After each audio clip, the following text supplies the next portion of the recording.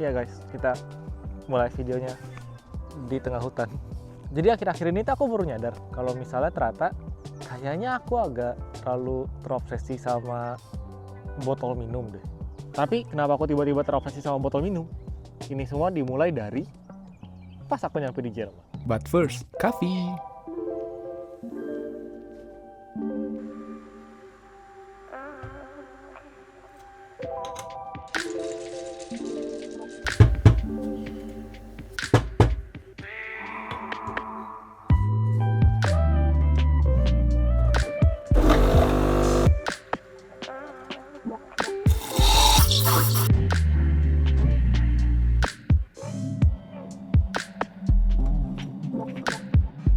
Ini tuh semua berawal tuh dari pas aku datang ke Jerman. Aku tuh nggak bawa botol minum kan, karena aku pikir kayak ya udahlah botol minum, beli aja botol aqua yang kayak botolan gitu loh, yang plastik gitu, yang kayak gini.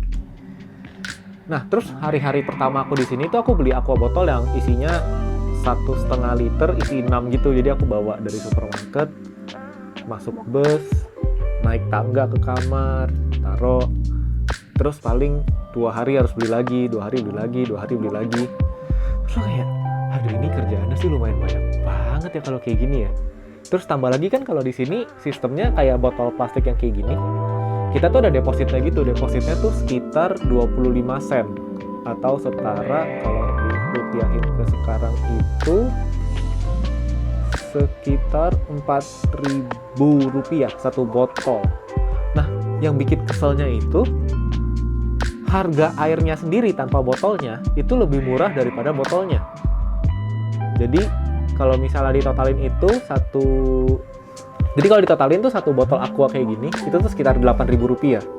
Cuman depositnya tuh kayak sekitar 4.000-an lebih gitu lah. Jadi kayak harga airnya lebih murah daripada harga botolnya. Jadi setiap kali aku habis minum aku simpanin ini botol dong, karena kan di deposit kan. Jadi bayangin kalau misalnya kalian beli aqua satu dus yang gede gitu yang isi 24, itu tuh ada depositnya sekitar 100.000 di dalam sana guys. Kan mahal banget kan. Jadi aku kayak ini harus disimpan nih, ini tabungan.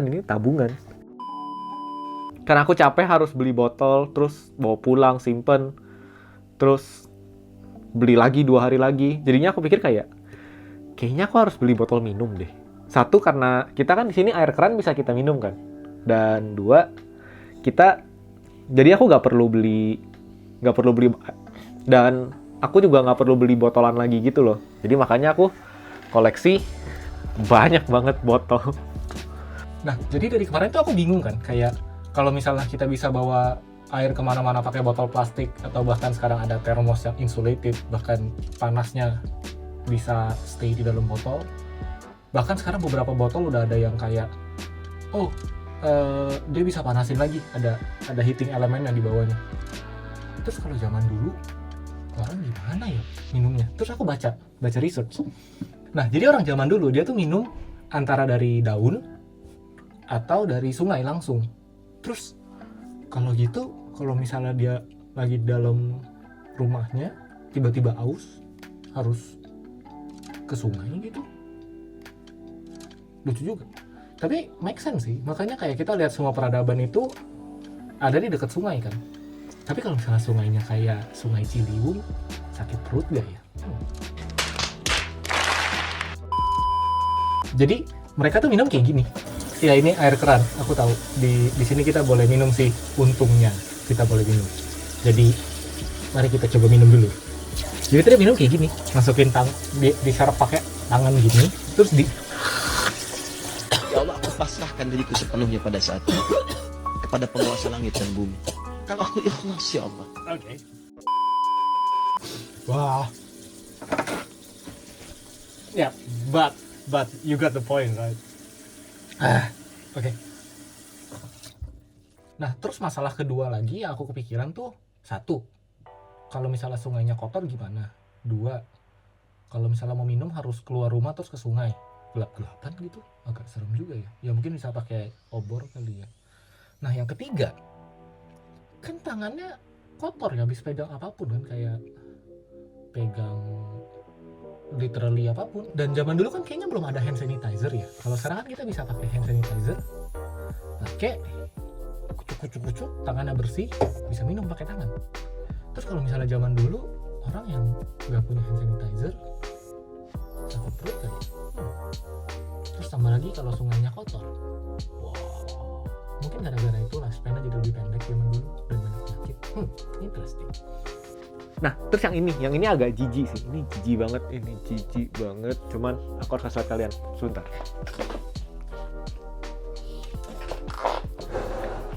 Nah, jadi aku nyari-nyari kan. Setelah mereka dari yang minum pakai langsung di sungai gitu, yang pakai tangan atau minum dari embun, mereka tuh nextnya buat orang-orang yang mau ke tempat yang lebih jauh, yang susah dapet air di sungai atau ada embun kayak mungkin di gurun gitu, mereka pakai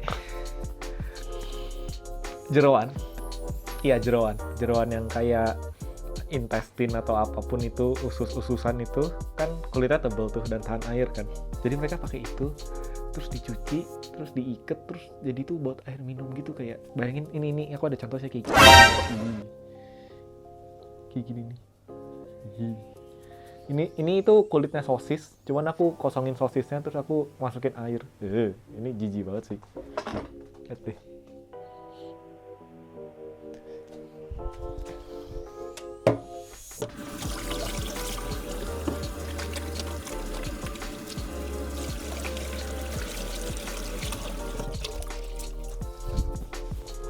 Nah, jadi tuh yang tadi tuh, itu tuh kayak kalian bayangin balon yang kecil itu loh, yang kita bisa beli di abang-abang depan sekolah.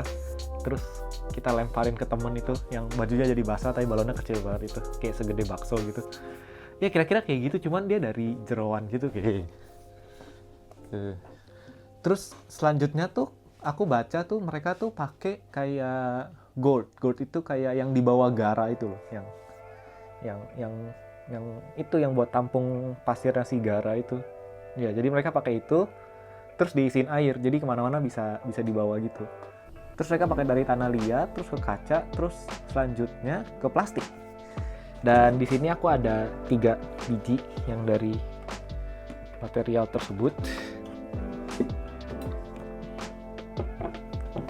Ini botol kaca. Ini kemarin aku habis beli jus, terus aku pakai botolnya. Ya, tapi ini botol kaca. Kayak botol yang pas zaman aku kecil gitu. Terus ini yang dari metal dan ini yang dari plastik. Nah, sekarang alasannya kenapa aku satu orang punya sampai 9 botol.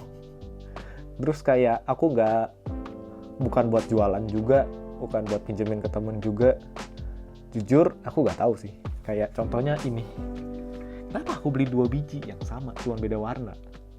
Atau misalnya yang ini lucu guys, ini lucu, yang ini lucu. Ini tuh kalian kayak termos gitu loh. Jadi ini kan termos nih, dan ini ada cupnya gitu. Jadi bagian kalau kalian ke kampus bawa kopi, kalian bisa tuang kayak gini. Jadi ini jadi gelasnya gitu.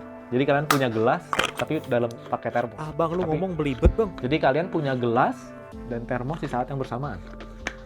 Ya, agak penting sih, cuman kayaknya lucu aja. Terus yang ini botol plastik yang bisa dipencet.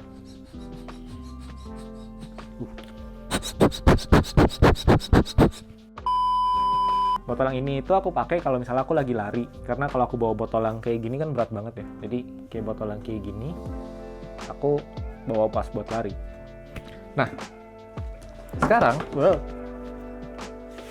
ini tip beli botol dari anak engineering. Technically aku anak engineering. Oke, ya. Nah, syarat yang pertama harus muat di dalam 4 botol. Ya kalau nggak, ngapain aku beli botol ya kan? Masa aku jadi bawa sambil jalan terus pegang begini terus-terusan. Ya kayak ya repot aja gitu. Terus yang kedua, nggak boleh bocor. Ya kalau buat air sih kayaknya cuma 2 yang penting ya buat aku sih. Tapi kalau misalnya buat tumbler kopi itu banyak ceritanya lagi ya. Cuman yang ini, yang aku punya ini tuh kayak ya tumbler biasa gitu, nggak ada apa-apa. Nah, tapi menurut aku yang paling pentingnya tuh ditutupnya justru, bukan di tumbler ininya.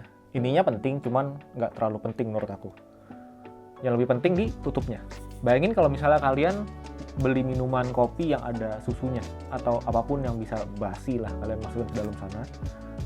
Nah, kalau misalnya tutupnya ini susah dibersihin, berarti masih ada sisa-sisa yang susunya gitu atau dairy-nya yang bisa basi gitu kan.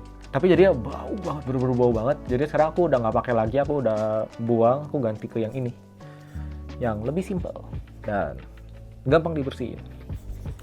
Terus kayak yang ini. Jadi tadi kan aku tunjukinnya ada gelasnya, ada bisa tuangnya kan. So ini fitur yang nggak terlalu penting sih, cuman kayak lucu aja gitu. Dan paling yang terakhir, karena mungkin di sini ada 4 musim kali ya, aku jadi agak suka minum air hangat kalau lagi musim dingin. Ya agak aneh sih. Jadi ya ini bisa buat musim dingin dan musim panas. Kalau lagi musim panas aku masukin air dingin, kalau lagi musim dingin aku masukin air panas. Dan satu lagi yang menurut aku ini bonus kalau misalnya ada di tumbler kalian tuh ini, karet bawah ini. Wah, ini kalau misalnya kalian lagi naik kereta, taruh di meja begini, terus keretanya jalan gitu kan, belok kenceng. Kalau misalnya nggak ada bawah karetnya ini, bisa geser, terus tiba-tiba jatuh. Ya, ini video agak penting sih sebenarnya sih. Cuman, ya, aku cuma mau nunjukin hobi aku yang baru, koleksi botol. Kayaknya akan stop sih, ini udah cukup banyak sih. Tapi aku baru baca satu paper lagi di mana kalau kopi itu rasanya dipengaruhi sama tumbler. Dan aku penasaran, aku mau lihat itu lebih dalam. Tapi itu akan ada di seri aku selanjutnya di mana aku bakal bahas kopi tapi sampai dalam banget. Ya, tungguin aja. Jadi sampai sini dulu videonya dan see you in the next video. Dadah.